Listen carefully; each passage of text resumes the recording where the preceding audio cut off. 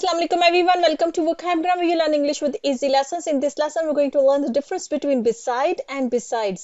देखें ये देखने में, सुनने में, पढ़ने में सेम वर्ड्स लगते हैं, लेकिन ये दोनों वर्ड्स डिफरेंट है एक दूसरे से. देखिए इनमें सिर्फ एक एस का फर्क है, इन दोनों के स्पेलिंग्स भी सेम है, लेकिन इन दोनों के मीनिंग डिफरेंट है एक दूसरे से. इसलिए बहुत ही इंपॉर्टेंट है कि इनका जो फर्क है, इनमें जो डिफरेंस है उसको हम अंडरस्टैंड करें, क्योंकि ये दोनों वर्ड्स स्पोकन इंग्लिश में भी इस्तेमाल होते हैं, ये राइटिंग में भी इस्तेमाल होते हैं, और सिर्फ एक एस के इजाफे से इस वर्ड का मतलब जो है वो चेंज हो जाता है. आपने बिसाइड कहीं पर यूज करना है और गलती से आपने बिसाइड्स यूज कर लिया वहां पर, तो आपके सेंटेंस का मीनिंग चेंज हो जाएगा. तो वही डिफरेंस, वो चेंज जो है वो आज के लेसन में हम समझेंगे. अगर आपको लेसन की पीडीएफ चाहिए तो आपको लिंक डिस्क्रिप्शन में मिल जाएगा, वहां से आप पीडीएफ भी डाउनलोड कर सकते हैं. ज्यादा कोई मुश्किल या बड़ा लेसन नहीं होगा, छोटा सा लेसन होगा, छोटा सा डिफरेंस है जो मैं आपको आज एक्सप्लेन कर दूंगी, लेकिन वो डिफरेंस सटल नहीं है, वो काफी वाजिया डिफरेंस है, तो उसको समझना इंपॉर्टेंट है. तो शुरू करते हैं जी. पहले जैसे हम समझ लेते हैं बिसाइड को. बिसाइड आप में से बहुत से लोगों को पता भी होगा. बिसाइड का मतलब होता है नेक्स्ट टू और एट द साइड ऑफ, जिसको हम उर्दू में बोल देते हैं ना के साथ.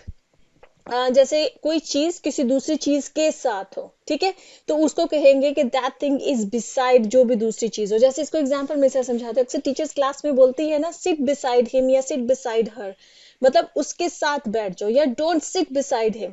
जो दो दोस्त अगर आपस में क्लास में इकट्ठे बैठ रहे हो बहुत ज्यादा, तो टीचर जो मना कर देती है उनको कि don't sit beside each other, ठीक है, एक दूसरे के साथ मत बैठो. के साथ, बिल्कुल, जिसको हम कहते हैं ना पहलू में बैठना, उसके लिए जो है ना बिसाइड वर्ड यूज होता है. अच्छा, सिर्फ इसके लिए नहीं कि लोगों के लिए, से पहलू में एक दूसरे के साथ बैठने के लिए ही ये वर्ड यूज होता है. एक्चुअली इसका मतलब के साथ होता है. ये दो चीजों के लिए भी कहा जा सकता है कि दो चीजें एक दूसरे के साथ पड़ी हुई है, ठीक है. तो वहां पर भी आप कह सकते हैं कि बिसाइड वर्ड वहां पर भी इस्तेमाल कर सकते हैं. सेंटेंसेस में आपको मैं एक्सप्लेन करती हूँ. जैसे ये है पहला sentence, the book is beside the lamp on the table, कि जो बुक है वो टेबल के ऊपर लैंप के साथ पड़ी हुई है, ठीक है. इज बिसाइड मतलब बिल्कुल उसके साथ है. लैंप है, लैंप के साथ ही बुक पड़ी हुई है टेबल पे, ठीक है. तो दो चीजें भी अगर एक दूसरे के साथ हैं तो उसके लिए भी हम बिसाइड वर्ड यूज करते हैं. जैसे ये सेकंड सेंटेंस है, आई park my car beside yours in a parking lot, ठीक है, कि तुम्हारी कार के साथ मैंने अपनी कार जो है वो पार्क की है पार्किंग लॉट में, ठीक है. दो चीजें जब साथ होती है, वो दो लोग भी साथ हो सकते हैं, दो चीजें भी साथ हो सकती हैं.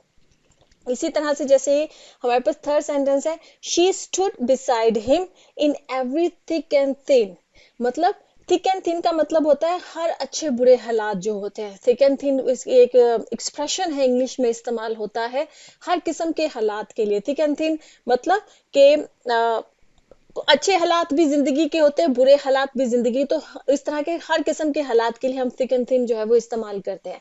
तो शी स्टूड बिसाइड हिम, वो उसके साथ खड़ी रही. अब ये मेटाफोरिकली इस्तेमाल होता है, यहाँ पर जरूरी नहीं कि वो एक्चुअली इन प्रेजेंस उसके साथ खड़ी हुई है, उसके लिए भी इस्तेमाल हो सकता है. शी स्टैंडिंग बिसाइड हिम, ठीक है, मतलब उसके साथ खड़ी हुई है. वो एक्चुअल जब कोई फिजिकली जो है वो कोई इंसान दूसरे इंसान के साथ खड़ा हो. लेकिन अगर आप मेटाफोरिकली भी किसी इंसान के साथ उसमें जैसे सपोर्ट देने के सेंस में जब इस्तेमाल करते हो, तो वहां पर भी बिसाइड वर्ड इस्तेमाल हो सकता है कि शी स्टूड बिसाइड हिम, मतलब वो उसके साथ खड़ी रही in every thick and thin, जिंदगी के हर अच्छे बुरे हालात में वो उसके साथ खड़ी रही, ठीक है.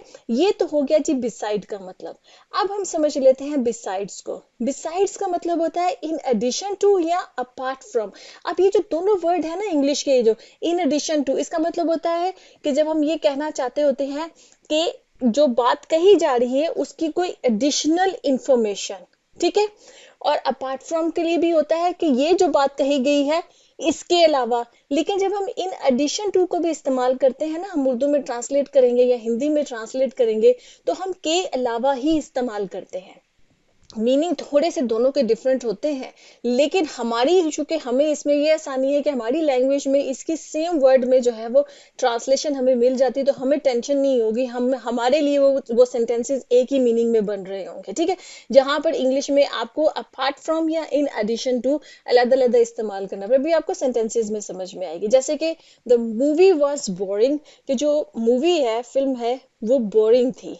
एंड बिसाइड्स, अब देखिए बिसाइड्स जब हमने इस्तेमाल किया तो अब साथ नहीं आएगा, एस का इजाफा करने से उसका मतलब चेंज हो गया है. अब मतलब हो गया के अलावा, और इसके अलावा इट वॉज टू लॉन्ग, ये बहुत ही लंबी भी थी। एक तो मूवी की स्टोरी जो थी वो बोरिंग थी, उसके अलावा क्या था कि वो बहुत ही लंबी थी। ठीक है, तो के अलावा अब यहाँ पर जो है ना बिसाइड्स जो इस्तेमाल हो रहा है, इंग्लिश में ट्रांसलेट करेंगे तो किस मीनिंग में हो रहा है, अपार्ट फ्रॉम के मीनिंग में हो रहा है। ठीक है, लेकिन हमारी उर्दू में या हिंदी में हम तो दोनों के लिए के अलावा इस्तेमाल करते, तो हमारे लिए ट्रांसलेशन वही बनेगी। इसी तरह से बिसाइड्स हिज रेगुलर जॉब, अपनी जो भी उसकी एक रेगुलर जॉब है जो वो करता है, सुबह 9 to 5 की जो भी वो जॉब करता है, उसके अलावा ही ऑल्सो टीचेस योगा, वो योगा भी सिखाता है। इवनिंग में हो सकता है वो योगा क्लासेस लेता हो अपनी एक्स्ट्रा कुछ मनी के लिए। ठीक है, तो बिसाइड्स हिज रेगुलर जॉब, अपनी जो उसकी रेगुलर जॉब है उसके अलावा, मतलब ये एडिशनल कोई चीज हो रही, हम इन एडिशन टू के मीनिंग में इसको इस्तेमाल कर रहे हैं।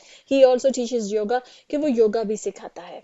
इसी तरह से शी डिड नॉट वॉन्ट या she didn't want to go to the party, वो पार्टी में नहीं जाना चाहती थी, बिकॉज शी फेल्ट टायर्ड, क्योंकि वो बहुत थकी हुई थी। अब यहाँ पे सेंटेंस खत्म हो गया है, लेकिन हमने कोई एडिशनल इंफॉर्मेशन देनी है, तो फिर हमने नेक्स्ट सेंटेंस में इसको कह दिया है बिसाइड्स, और इसके अलावा she had work to do at home, उसको घर पे काम भी करना था।